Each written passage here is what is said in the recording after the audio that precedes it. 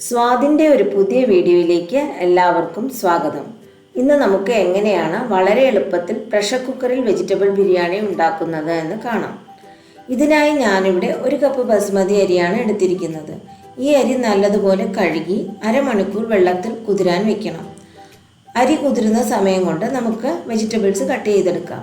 ഞാനിവിടെ ഒരു ചെറിയ ഉരുളക്കിഴങ്ങ് മുറിച്ചെടുത്തിട്ടുണ്ട്.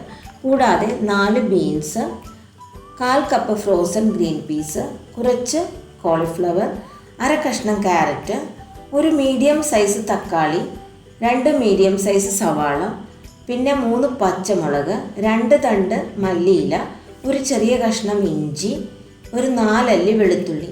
പുതിനയില ഉണ്ടെങ്കിൽ ഒരു തണ്ട് പുതിനയില ചേർക്കുന്നത് വളരെ നല്ലതാണ്. ഈ പച്ചമുളകും വെളുത്തുള്ളിയും ഇഞ്ചിയും മല്ലിയിലയുമെല്ലാം ഒരു മിക്സിയുടെ ബൗളിലിട്ട് ക്രഷ് ചെയ്ത് മാറ്റിവെക്കണം. അരഞ്ഞാലും കുഴപ്പമില്ല. അരമണിക്കൂറിന് ശേഷം ഞാൻ അരിയും വെള്ളത്തിൽ നിന്ന് ഊറ്റി വെച്ചിട്ടുണ്ട്. ഇനി നമുക്ക് ബിരിയാണി ഉണ്ടാക്കാൻ തുടങ്ങാം.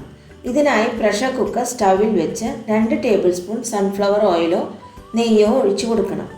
എണ്ണ ചൂടാകുമ്പോൾ സ്റ്റൗ ലോ ഫ്ലെയിമിലേക്ക് മാറ്റി 1 തക്കോലം, 3 ഏലക്ക, 3 കരയാമ്പു, 2 ബേലീവ്സ്, 2 കഷ്ണം കറുകപ്പട്ട, 1/4 ടീസ്പൂൺ പെരിഞ്ജീരകം ഇതിട്ട് നല്ലതുപോലെ മൂപ്പിക്കണം.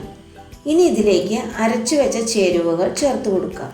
ഇനി ഇത് നല്ലതുപോലെ വഴറ്റി പച്ചമണമെല്ലാം മാറി വരുമ്പോൾ സവാള അരിഞ്ഞത് ചേർത്ത് കൊടുത്ത് സ്റ്റൗവ് മീഡിയം ഫ്ലെയിമിലേക്ക് മാറ്റി നല്ലതുപോലെ വഴറ്റണം.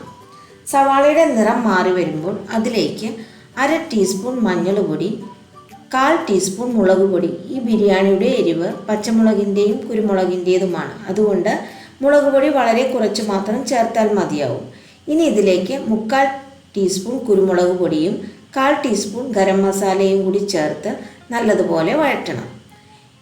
ഇനി ഇതിലേക്ക് തക്കാളി അരിഞ്ഞതും കൂടി ചേർത്ത് വഴറ്റി തക്കാളി നല്ലതുപോലെ വെന്ത് വരുമ്പോൾ ഇതിലേക്ക് 2 ടീസ്പൂൺ പുളി കുറഞ്ഞ തൈര് ചേർത്ത് കൊടുക്കണം.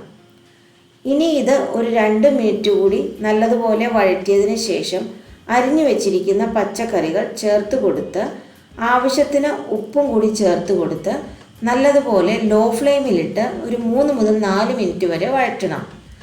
ഇനി ഇതിലേക്ക് 2 കപ്പ് അരിയെടുത്ത അതേ കപ്പിൽ തന്നെ ചൂടുവെള്ളം ഒഴിച്ചു കൊടുക്കാം. ഇനി സ്റ്റൗവ് ഹൈ ഫ്ലെയിമിൽ വെച്ച് തിളയ്ക്കാൻ അനുവദിക്കണം. ഈ സമയത്ത് ഉപ്പ് നോക്കി പോരെങ്കിൽ നമുക്ക് ചേർത്ത് കൊടുക്കാവുന്നതാണ്. ഇനി വാർത്തു വെച്ച അരി കൂടി ചേർത്ത് കൊടുത്ത് നല്ലതുപോലെ ഇളക്കി നല്ലതുപോലെ തിളച്ചു വരുമ്പോൾ കുക്കർ അടച്ച് വെയിറ്റ് ഇല്ലാതെ ലോ ഫ്ലെയിമിൽ വെച്ച് 8 മിനിറ്റ് വേവിക്കണം. 8 മിനിറ്റിന് ശേഷം സ്റ്റൗ ഓഫ് ചെയ്ത് 15 മിനിറ്റ് കുക്കർ തുറക്കുന്നതിനായി വെയിറ്റ് ചെയ്യാവുന്നതാണ്. ഇപ്പോൾ സ്റ്റൗ ഓഫ് ചെയ്ത് 15 മിനിറ്റായി. ഇനി കുക്കർ തുറന്ന് വളരെ പതുക്കെ അടിയിൽ നിന്ന് ഇളക്കി കൊടുക്കുക.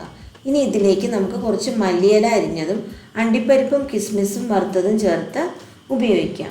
അങ്ങനെ വളരെ എളുപ്പത്തിൽ വെജിറ്റബിൾ ബിരിയാണി റെഡിയായി. ഈ ബിരിയാണിയിൽ വേണമെങ്കിൽ സവാള ഫ്രൈ ചെയ്ത് അവസാനം നമുക്ക് ചേർത്ത് കൊടുക്കാം. എന്നും വീട്ടിൽ ബിരിയാണി ഉണ്ടാക്കുമ്പോൾ സവാള ഫ്രൈ ചെയ്ത് ഇട്ടില്ലെങ്കിലും കുഴപ്പമില്ല. ഗസ്റ്റൊക്കെ ഉണ്ടാകുമ്പോൾ നമുക്ക് അങ്ങനെയൊക്കെ ആകാം. താങ്ക്